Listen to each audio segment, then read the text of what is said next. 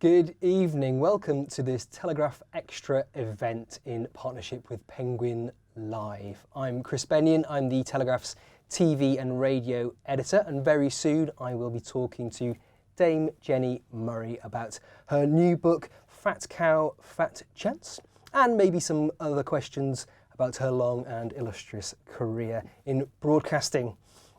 We should be chatting for around 40 minutes, and then towards the end I will be putting your questions back home to Jenni, so please do keep sending those in. This is an event exclusive to Telegraph subscribers, and as such I'd like to thank you all for your ongoing commitment to the Telegraph. Great journalism needs support, and we do truly appreciate yours. A couple of bits of housekeeping. As you watch the video, if you'd like to make it full screen, there is a small square in the bottom right of your screen. You click that and it will make it full screen. And should you wish to submit a question, and please do, you can scroll down below the video and you'll find the Q&A box just there. Okay, that's all the housekeeping we need to do. I'm absolutely delighted to be joined by Dame Jenni Murray, somebody whose voice has been part of my life for as long as I can remember, and I'm sure for many of you back home as well. As I said, we are here first and foremost to discuss Jenni's new book, Fat Cow, Fat Chance, and we're going to begin with Jenni reading an extract from the book. I will read an extract. A number of people have said to me, whoa, Jenni, that was a bit of a strong title. Fat Cow, Fat Chance. How dared you use the word fat? So I'll just read you a bit of the introduction, which will sort of explain why. I can't begin to tell you how many times I've been walking down the street, minding my own business, pottering along on my bike, or simply sitting in a queue of traffic at the wheel of my Mini when, apropos of absolutely nothing, I've heard fat cow, fat bitch, sometimes fat C ... And I'm sorry, I can't bring myself to actually write that one, let alone speak it. Or they said, hey love, who ate all the pies? Every time it happened, I would try to convince myself I didn't care. Yes, for much of my adult life I was substantially overweight, obese even, and had done every diet known to man or woman with no lasting success. I'd done my very best to persuade myself that it was possible to be fat and happy, and that the people who loved me wouldn't cease to care just because the middle-age spread had maybe got somewhat out of control. By the time I was 64 years old, my weight had become quite crippling. The excuses I made to myself were legion. I kept on telling myself, yes, fat and happy, and I didn't care about the insults. The fat part was blatantly obvious. The happy was an Oscar-winning performance put on in public. But in private, I lived with a growing sense of fear and misery that this incredible hulk was my lot forevermore, and would probably kill me long before I reached my 70 years and 10. I did care. But for so long, I tried to put all the worries to the back of my mind. Two things shocked me into taking myself in hand. My old GP, who was also significantly overweight, retired. I guess I'd always used her as an excuse. If my doctor was fat, what did I have to worry about? She never made me step on the scales, and I don't recall her ever suggesting weight loss might be a good idea. I should perhaps point out that, like me, she also had breast cancer, and in her case, she had it twice. My new GP is a man. He's quite elderly and never pulls his punches. He suggested I step on the scales at our first appointment. The scales groaned, and so did I when I saw the reason why. 24 stones. How on earth had I allowed that to happen? My doctor's question was, what did I propose to do about it? The second shock came when my son Charlie accompanied me and my three little dogs on a walk in the local park. My walks tended to be slow, painful and rather lumbering, with frequent pauses at benches. We were having a little sit down, as we called it, when an enormous woman passed us, driving a mobility scooter. Her two dogs trotted along beside her, their leads attached to the handlebar. "Blimey, Mum," said Charlie, his voice full of concern. "If you aren't careful, that'll be you before long." It was the prompt I needed to do something about it.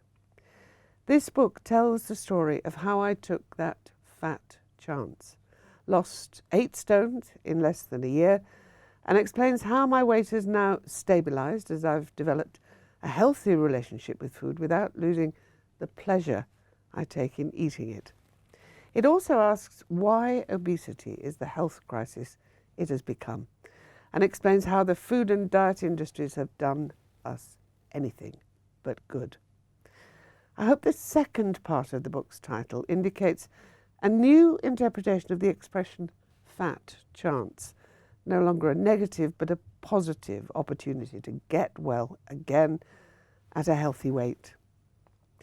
My intention really in writing the book is to explain what it feels like to be fat and how incredibly difficult it is to lose the weight no matter how hard you try. I shall also try to unpick the complex new scientific discoveries that explain why going on a diet is rarely the answer to the fat girl or boy's problems.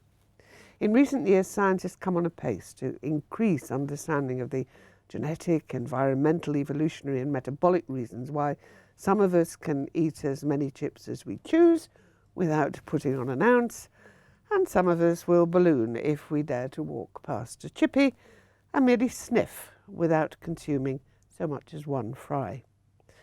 I would like to think that people who read this book and discuss its contents will begin to understand why fat shaming is so hurtful, harmful and cruel. The stigma often makes fat people withdraw into themselves to the extent they're too afraid even to go to a doctor to discuss the problem and inquire what solutions there might be. My aim really is never, ever to hear any passing stranger call out "fat cow" to anyone ever again. Thank you very much, Jenny. Fantastic. It'll be no surprise to anyone listening back home that the book is fantastic. It's very funny, it's very moving and very enlightening as well. You mentioned in the introduction that you now have a healthy attitude to food, so presumably once there was an unhealthy attitude to food. Do you wonder where that began? I have absolutely no doubt of where it began, and I am terribly reluctant to blame my mother for absolutely everything. However, she did have a very important role. You know, she and my grandmother were women who had come through the war. They had had rationing, they'd had no opportunity to buy any of the lovely things that they knew they could use to make beautiful cakes. My grandmother's Yorkshire puddings were to die for. They rose up and were stunning. Her scones were amazing. Suddenly they had all the ingredients they needed. And their job was to please their family, feed them and love them through their food, which was beautiful. You know, I could have eaten my mother's chocolate cake forever. It was just gorgeous. Treacle sponge pudding, all of those things. But whilst I think the men in the family needed the carbohydrates and the portions, which were large, because my grandfather and my father didn't have cars, they walked everywhere, they did a lot of hard physical work, whereas a little girl really didn't. You know, I did a bit of skipping and jumping around, but not enough to deal with all the food that was being put in front of me. And my mother would put a meal in front of me and I'd get halfway through it. And I'd say, "I'm sorry, Mum, you know, I really can't finish this. I'm full." And she'd say, "How dare you say that? I spent all morning making that for you, and look at all the ingredients in it, and it's all good, healthy stuff.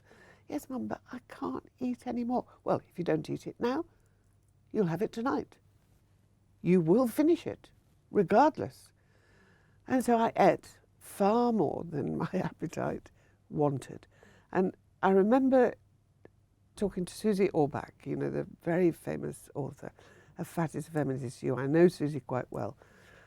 And when I was getting fat and I wanted to lose weight, and her one word of advice was, Jenny, listen to your appetite. Listen to it carefully. When your appetite tells you you've had enough, stop. And I must have said to her a million times, look, I'm really sorry, Susie, but this appears to be the one subject on which I am profoundly deaf. I just cannot hear it.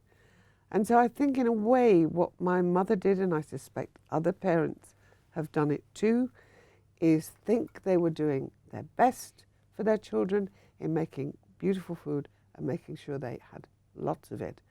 But in a way, my appetite control was ruined from a very early age. I wasn't a fat child. I was, you know, I wasn't a skinny Lizzie, but I wasn't fat. The real problem started when I went to university.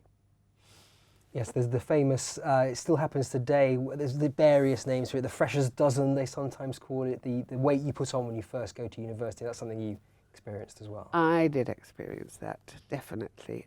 You know, you get away from home, you haven't got your grandfather's vegetable garden to make sure you have all the right vegetables, which we always did. And you just, I remember eating a lot of toast. We would make lots of toast while we all sat around discussing whatever we were discussing. We'd go to the canteen. Chips were very popular.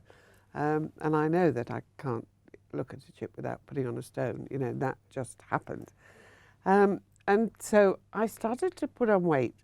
And it's funny how you can put on weight without really being conscious of it. You know, I was doing French and drama. I was walking into university. We were doing a lot of dancing as part of the drama course. And I didn't really notice that I had got fat. My parents had been away. My father was an engineer and he worked abroad a lot of the time, so I spent a lot of time with my grandparents. When I started at university, he was working in Poland and he decided it would be a good idea to get the car and drive across Europe, get a ferry in Holland, sail up to Hull, which is where I was at university, and we could all meet up at the ferry terminal. So I was really quite excited. There was one thing I knew my mother would be cross about, because I just wanted to be Cathy McGowan. You're probably too young to remember Cathy McGowan, but there may be people listening who remember Cathy McGowan, who had the most wonderful, dark, long hair. That's exactly the way I wanted my hair to be. And my mother hated it. She always said, you know, I don't know why you have to have curtains around your face. But it didn't occur to me that anything else would upset her. So there I am at the ferry terminal. I'm sorry, I've got the cold that everybody's got. And my father drove straight past me. And I'm standing there waving and screeching. I haven't seen my parents for more than a year. And suddenly the car stopped and he leapt out and rushed over and said, "Oh, love, I'm so sorry. I barely recognised you. Oh, hug, lovely to see you." My mother didn't even get out of the car. So I got into the back of the car and, "Hello, Mum, how are you?" She turned around and she said, "Good God, what has happened to you? You look like a baby elephant." Oh. She wouldn't even come and see the house I was living in. She wasn't interested in anything. She was just furious that I'd put on. I'd been 9.5 stone when I went to university. I'd gone up to 11.5 stone through just eating absolutely the wrong foods. So they drove off to go to Barnsley, leaving me very upset. And I thought, well, the only thing I can do about this is go and see the doctor and see what I can do. I went to see the doctor. Young guy, And he said, yeah, of course I can give you something to help you lose weight. So he gave me a prescription. I started to take these pills, and there were lots of quite radical diets even then. We're talking 68, 69. And I found a diet that consisted of boiled eggs and tomatoes, nothing else. To this day, I cannot eat a boiled egg and a tomato on the same plate. I mean, oh, goodness me, but that's all I ate. And I took my pills. And then I lost a lot of weight. My tutor, who was a delightful man, had me in his room one day. And he said, Jenny, what are you on? I said, what do you mean, what am I on? I don't do drugs, you know. I'm not taking anything. He said, look, you've lost so much weight. You're often quite upset. Your work has deteriorated. What is going on? I said, well, the only tablets I'm taking are the ones the doctor gave me. Have you got them with you? Yes, they're in my bag. Let me see what they are. I brought them out. Oh, good grief, he said, those are black bombers. I didn't even know what a black bomber was. They were very powerful amphetamines. And I had gone way down, I mean, from 11.5 to 6.5, 7 stones, and I could barely eat. I had to be taken into the health centre. He lost his job, and I had to be slowly taught to eat again. And I vowed at that time that I would never go on another diet. A rule I broke later in life. I mean, I stayed okay for a good few years after that dreadful experience until, you know, late 30s, early 40s, 2 kids, all of that, and I started to put on weight again. You talking about your mother in particular, and thinking about the eating everything that was on the plate and eating the portions that you were given. I've got 2 little boys, and my instinct is they need to eat what's given in front of them. Do you think we are any better now at helping children achieve a healthy relationship with food? I think we have a real problem with the food industry. I'm sure in your family you cook only the perfect things and you cook them yourselves. You don't have takeaways every night and all of that nonsense. The reason I think we have such a severe obesity crisis is that the kind of food that we've eaten over the last 30, 40 years has changed dramatically from what we had. You know, we never had cornflakes soaked in sugar for breakfast. It just didn't happen. So we've been very badly served by the food industry. And that, I think, is the most worrying thing for children. And I think parents worry about, are they feeding their children correctly? And pile food onto the plate. And come on, you know, you need to eat all of that. You're never going to grow up to be a big boy. I don't think many parents say big girl, you know, that tends not to be an expression that gets used. But what I think we have to learn is, and what I learned as a result of surgery, is that small portions are the key to eating. We all eat far too much. We put too much on the plate. And so I think we've got children, even now, who are being offered too much food, persuaded that, you know, oh, we mustn't waste anything. Waste is horrible. And they're eating too much, and they too are not learning to regulate their appetites in the way that I never learned to regulate mine. And I think what we have to learn is not to fear waste. You know, if my kids said to me, they actually both have extremely healthy appetites. They're both wonderful cooks. Now they're all grown up. And they always enjoyed their food. They were never fussy eaters. But there were times when they said, oh, I've had enough. Okay, throw it away, waste it. Don't eat what your body doesn't want. It's very sensible advice. Do you think, I mean, we're all sort of wary of being told what to do by the government, but do you think the government can be doing more? The most important thing, I think, first of all, is they come down really hard on the food industry. So that sugar, salt, all of those things that we've been talking about for ages are seriously, seriously dealt with. The other thing that really makes me cross, you know, what my fat chance was after years and years and years of doing, as I said, every diet known to man or woman, and I've only now begun to understand why when I dieted, I tended to put back all the weight and more than I had lost. 95% of dieters, the recidivism rate is 95%, because you lose a ton of weight. There's a nasty little hormone in there called leptin, which goes rushing to your brain and says, oh my God, oh, she's starving, she's starving. You must make her eat. You must make her eat or she's going to starve to death.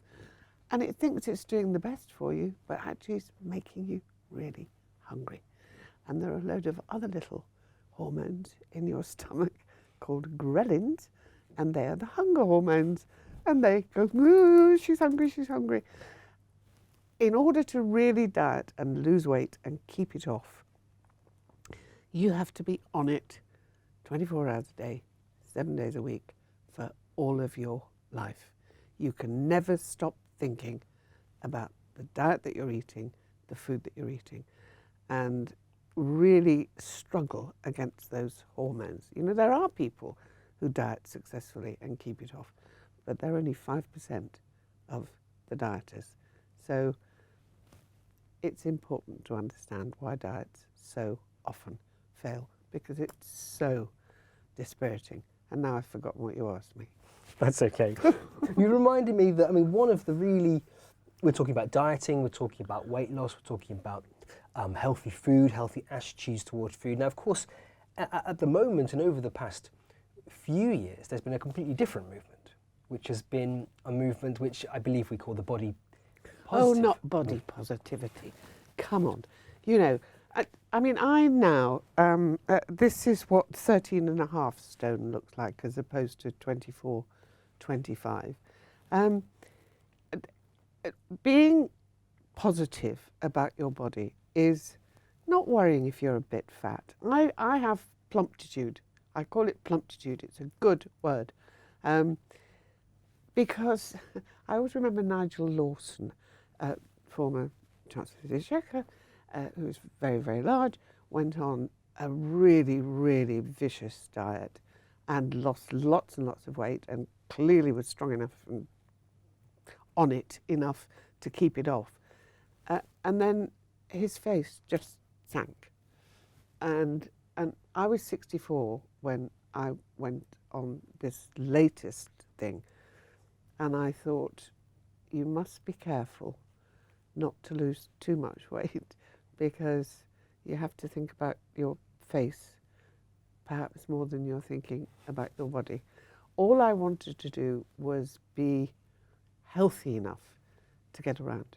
I didn't want to risk type 2 diabetes, which I was risking at that weight. And type 2 diabetes is a very, very dangerous disease and is commonly associated with being overweight. I did have a slight glucose problem. I was on my way to type 2 diabetes. When I made the decision that, I've remembered what you asked me, it was about the government, because this was where I was going. Because what I did was to, after much thought and much research, decided to go for surgery. And what I cannot understand is why, when we have a huge obesity problem, the government is not looking more seriously and in the long term at what the NHS can do about the obesity problem.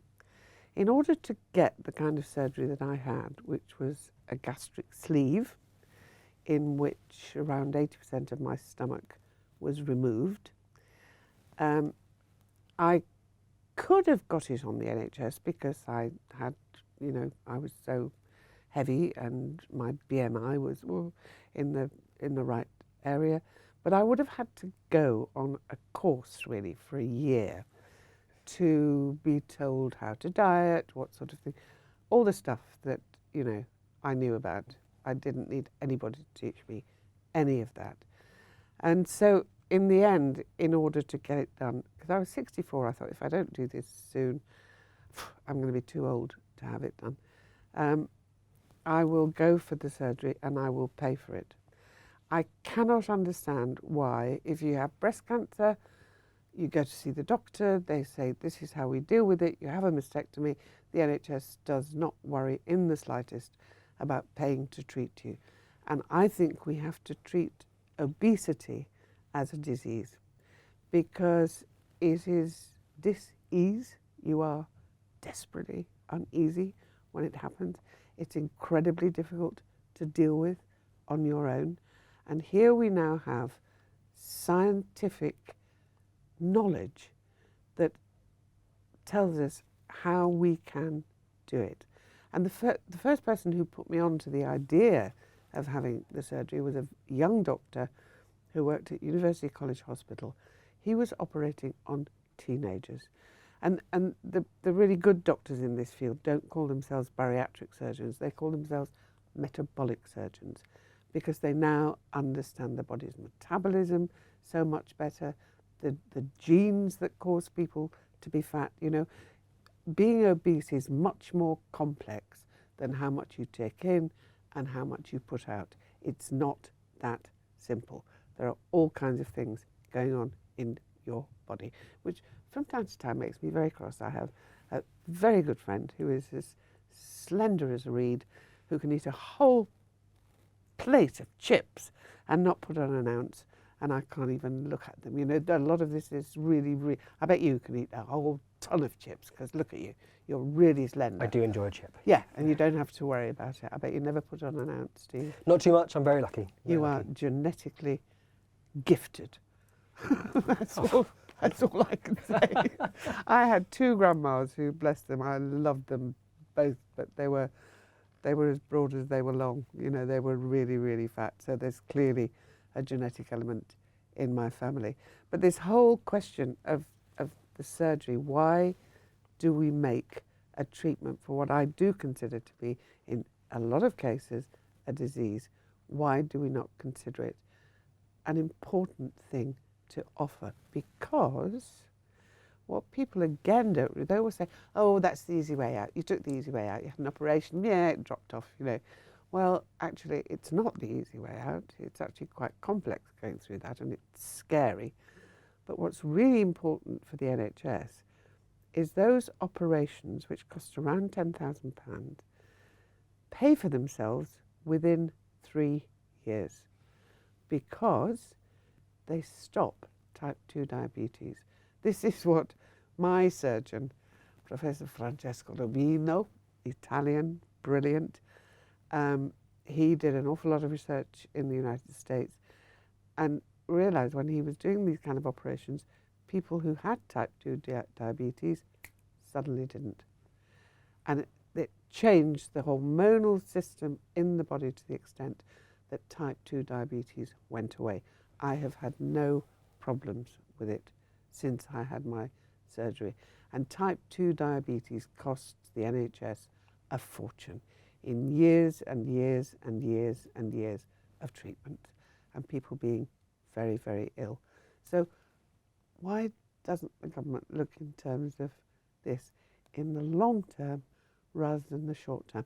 Oh, let's put people on a really strict diet where all they have is a little drink and they'll lose tons and tons and tons of weight. Yes, they will, but when they come off the 12-week, 3-month course, they'll put it all back on again, because their leptin will start rushing up to their brains. Oh, hungry, hungry, hungry. Oh, going to starve, need to eat, and they'll put the weight back on. It's not practical. Whereas the surgery gives you a much better chance of not putting the weight on again, because your whole system has been changed. If I try to eat too much, I'm sick. I've got a tiny little stomach. And, you know, And funnily enough, I don't really fancy the things that I used to fancy. That the other word that I think we should abolish is the word treat. We should never think of things as a treat. Right. You know, everything is just food. If you want a cream cake, it's food. If you want a bar of chocolate, it's food. If you want broccoli, it's food. Just don't see those things and give them to children as treats. If a child wants to have some sweets, okay, fine, yeah, just have a couple. And don't let it be seen as a treat. It's not naughty but nice. It's just nice. Why does it have to be naughty but nice? I think there is still very much a stigma in this country, isn't there? One towards people who are overweight. I still think, as you put very eloquently in your book, it's almost one of the last taboos that you can still look at someone who's overweight and think, well, that's a fat, you. lazy Yeah, cow. yeah, and it's their fault. It's their fault, you know. Absolutely. And I think this feeds into the reluctance to give people surgery because there's a concept that people don't want to, you know, it doesn't want to be offered there as an easy way out to people. But then they're not thinking in the long term about cost benefits. You know, we waste so much money on particularly type 2 diabetes, which is a really expensive thing, and on people being unable to move, you know, like that poor woman I saw on the mobility scooter who clearly couldn't move at all. There are so many things associated with obesity and health. And I know a lot of the body positivity people say, oh, I can be as fit and healthy at 24 stone as I can at 10 stone. You can't, actually. Yes, you can do exercise for a little while, but eventually your body will just drag itself down, as mine did. There is an interesting push and pull, isn't there, between these two ideas of, obviously it's abhorrent to fat shame somebody, to receive the abuse that you have received over the years, which we would all consider shameful, really. But this idea of also saying to people who are overweight, whilst it's wrong to shame you, you do need to lose weight. And that's a very hard balance to get. But you see, that's what Charlie, my son, did. There was no way he was fat shaming me. He was a son really scared that he was going to lose his mum.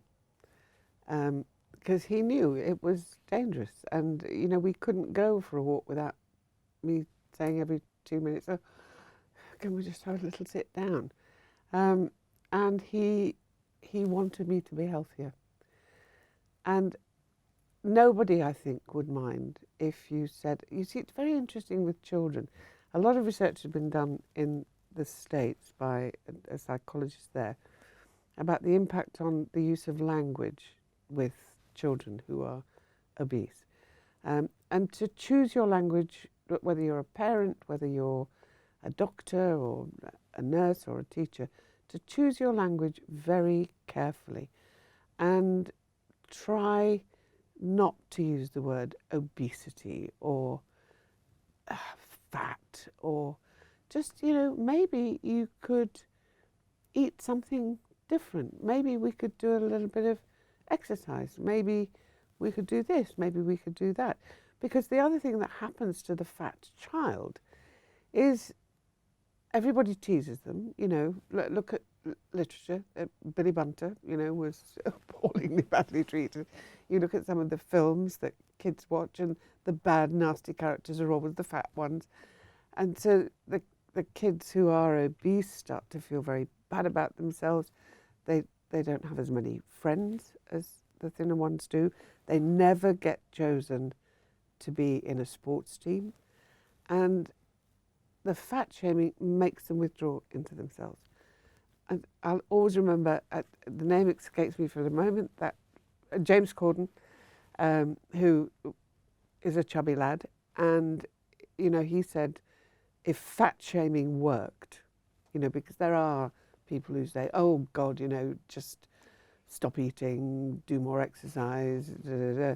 And James Corden said on his programme in America, if fat shaming worked, there'd be no fat kids in school, because being fat, being obese is so complicated. There are so many things that go into it. Absolutely. So, I mean, the book is full of, I found the book incredibly enlightening. I learnt a huge amount. And I think one of the things it really hammers home is it's so complicated. It's an issue that I think as a society we've learnt to think of as very simple. You eat too much, you don't move enough. Maybe there's a genetic reason. But actually, it's very, very, very complicated and different to every person, really. Yeah, it is. Yes, people don't think about genetics, but if you look back historically, there are so many examples where people have lived in an area where they've been starving, and only the people who were able to put on weight were the people who survived.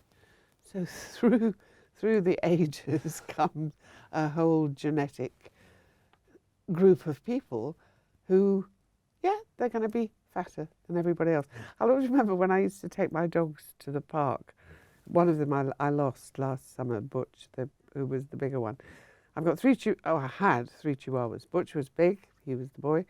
Then Frida was the middle one, not so big. And then Madge, who is ridiculously small. And I'd be walking through the park and people would say, "Oh, what a lovely dog." Oh, I mean, if I had £5 for every time anybody said my dogs were the cutest thing on earth, I would be a multi-millionaire. But they would look at them and say, "Oh, what breed are they?" I said, "Well, they're Chihuahuas." Oh, so they're the same breed? Yes, they are. Well, why is that one so much bigger than that one, and that one so much bigger than that one? And I wasn't going to go into a whole scientific explanation. I just look up at them and say, "Interesting, isn't it? You and I, we're the same breed. Why am I so much bigger than you are?" They sort of take a deep breath and, "Oh, okay, fine." It's the genes. It's complicated. Yeah, absolutely, absolutely. Well, there's lots of other topics that we could drift onto, but I think actually what I might do is see if there are some questions from our audience watching at home. Oh, why not? Well. I'm sure some of the subjects that... Isn't it a pity we can't be in the same room as them? I would love Absolutely to be in the same room as all of you. And it is. It absolutely when this is a pity. wretched virus is over, we'll be able to do things like that again. Well, hopefully not too long. Hopefully Long. But we do appreciate you streaming in from home, if that's the right. Oh, absolutely. That's the right it's just I'd love to have you all in front of me. Absolutely. Well, let me have a go to our watchers at home and have a look at the questions that we have here.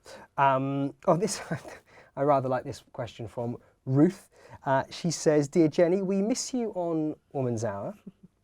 Are you having fun?" I am having fun, actually. I mean, I present to Woman's Hour for 33 years, and I loved every minute of it, apart from the last 6 months. And the last 6 months was when the damn virus hit, and they wanted me to broadcast from home, and I said, no, I can't possibly do that, sit there all by myself with nobody to talk to. So I insisted on going into the studio. So I had 2 producers there, 1 person doing all the technical side, but no interviewees in front of me, and the whole joy of doing a programme like Woman's Hour was, yes, the subject matter was interesting, always interesting, but there were people sitting in front of you, real people, that you could see their eyes and they could see your eyes and you could have a proper interview with them. I mean, that wasn't the reason I left. The real reason I left, I think, was because after 33 years, and the BBC is very strict about impartiality, which I have not always been entirely. And it was interesting, Andrew Marr said a very similar thing, that we somehow wanted to find our own voices again and be able to speak about things that mattered to us rather than having to be totally impartial as a BBC presenter. I have to say that whilst I say I didn't always not say anything about things, in fact sometimes I said things about very controversial things, but never in the studio. You know, and I would write pieces for newspapers. I think I've written for the Daily Telegraph from time to time. But in the studio I was absolutely impartial. I would defy anybody to have any clue what my politics might have been whilst presenting the programme. But I just, there comes a point, I was going to be 70 that year, and now I'm 71 and nearly 72. 70 doesn't feel old at all, actually. So, but I got into a little bit of a panic about if you don't leave and do something different now, you never will, you know. So that's why I left. And I miss my colleagues. I really miss my colleagues. We had a great team and I loved 33 years of it. And I do miss it. But I don't miss getting up at 5:30 in the morning to go into Broadcasting House and write a script and prepare a programme. That I don't miss day after day after day of that. No, I can get the occasional lie-in. Well, I don't blame you on that front at all. One thing I was curious about with Woman's Hour, how much had the shows, if this is the right word, program. Don't call it a show. My apologies. How much had the programme's, if this is the right word, purpose or mission changed from when you started there and when you left? I don't think it changed at all. I mean, it had absolutely centrally that it was a programme that would promote women speakers. I mean, I can remember years ago, the Today programme, inviting politicians onto the programme who had senior women over them, but they would always go for the bloke. And I remember, you know, all those years ago saying, no, you know, we will look for the really good women.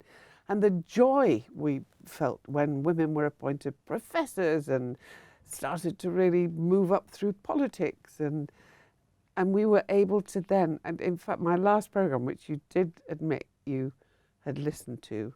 I listened to very many, but the last one I did. Yeah. When, you know, Harriet Harman, Helena Kennedy and I looked through those 33 years because we're contemporaries, and what we were doing always as a programme was reflecting what the buzz was, what was going on. So Helena, very worried about domestic violence. Harriet, very worried about rape in marriage, and, you know, all of those things that nobody had ever talked about. And the programme at every point would pick up on these issues and talk about them, discuss them, and make people aware of them. And I think it's had a tremendous influence over the years in effecting change. Yes. I hope. Absolutely. Well, I would agree with that. Are you a Woman's Hour listener now? I don't listen as often as I could. I've just started listening a little more often.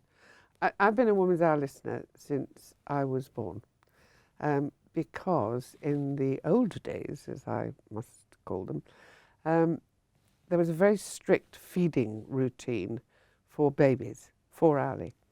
And 2 o'clock, which is when Woman's Hour used to be on, was one of the feeding times. So I know my mother fed me to Woman's Hour at 2 o'clock. And so I was a Woman's Hour listener virtually from the moment I was born. And listened right the way through. You know, I listened to Sue McGregor, and then I took over. And it was always part of my life.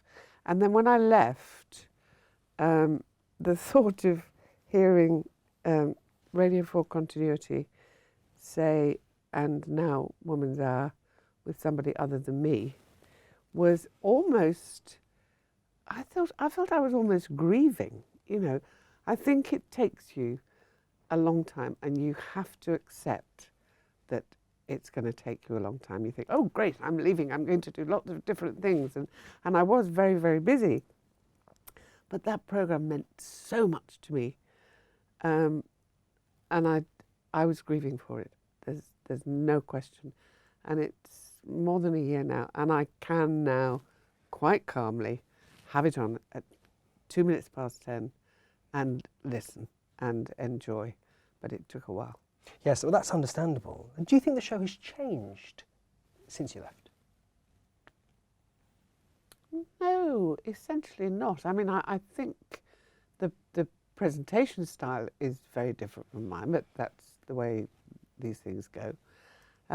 They're still tackling the important issues that we always did. And of course, a lot of the producers who are working there are producers that I worked with as for a long time, and it is still doing its job. It's a question from... Do you think so? Do I think so? Well, I think I dare you to be critical. Oh, well, I still listen to the show, and I still enjoy... Programme, I'm so sorry, programme. And I still enjoy it. I do feel that the tone has changed a little, and there is, as they've admitted, they're more of a news agenda. They're chasing more of a news agenda. Now you feel that they're feeding more into the bulletins than perhaps they used to. But we always did. We always did. You know, I've interviewed every Prime Minister, all the politicians. We always did do that. So there we are.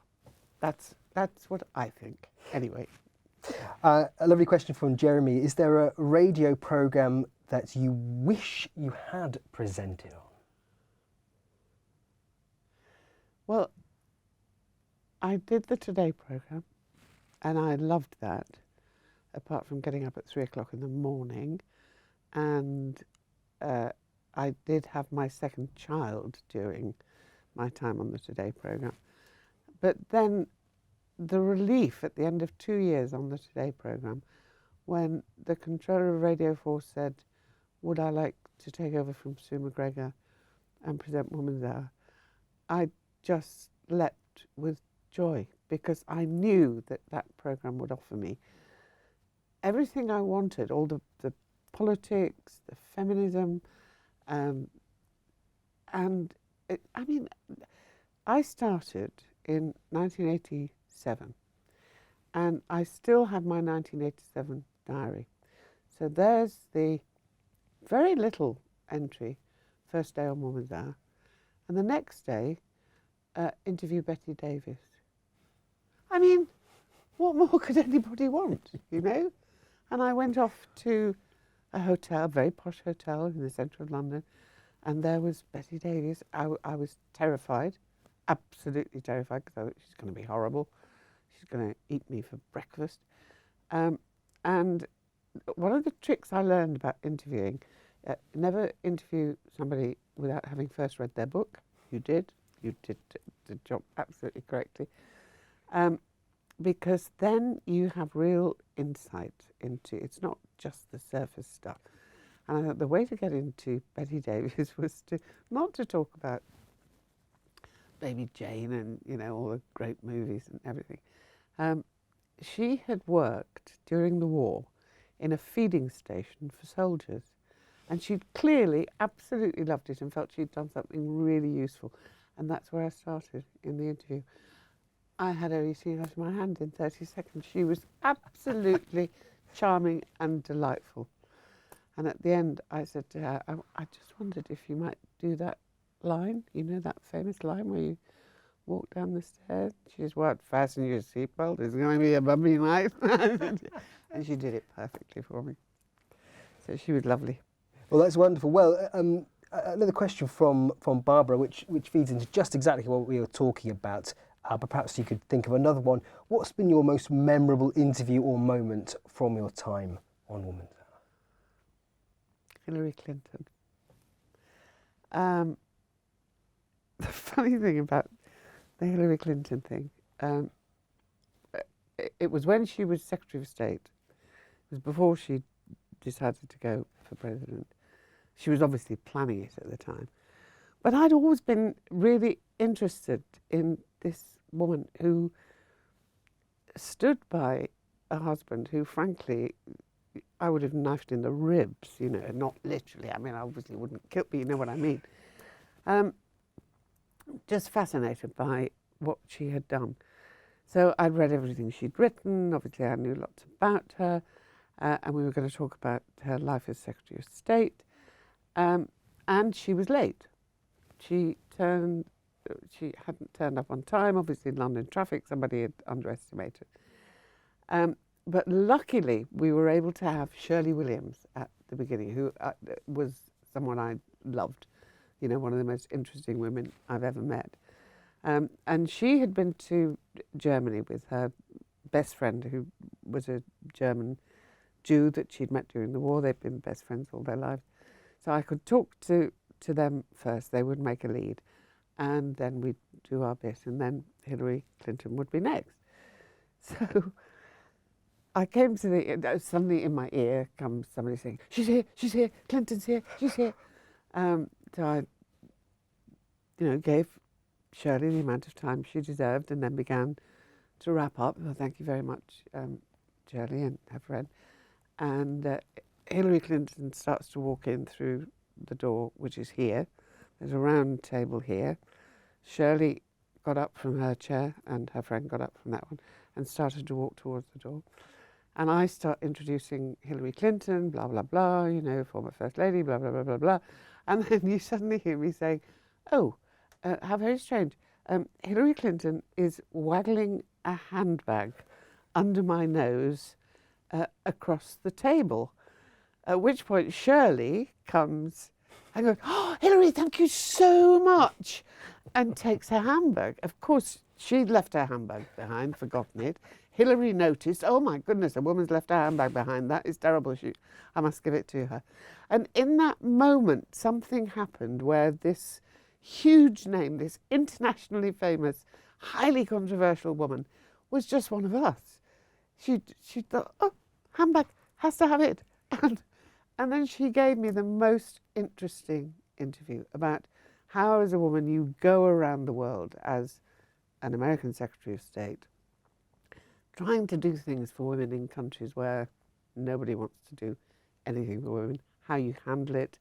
You know, you go to the ground to meet women who are on the ground, because you walk into any room where there's anybody powerful and it's just the men who completely glaze over when they realise it's a woman who's coming in, and they don't want to hear any of that nonsense.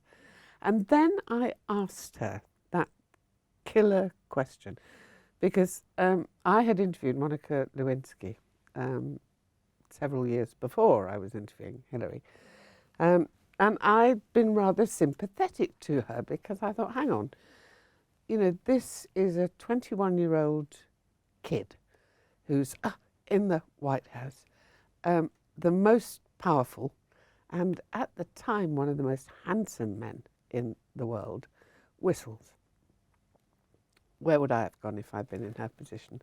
Not on my knees, I have to say. You know, I don't think English women do that, really. No. I shouldn't have said that. But, you know, I might have been very tempted to get a little bit involved with him. And I really felt sorry for Monica. And so I mentioned the Monica Lewinsky and how that had seemed so unfair, that she had been a child, and why had Hillary consistently supported this man who had consistently humiliated her.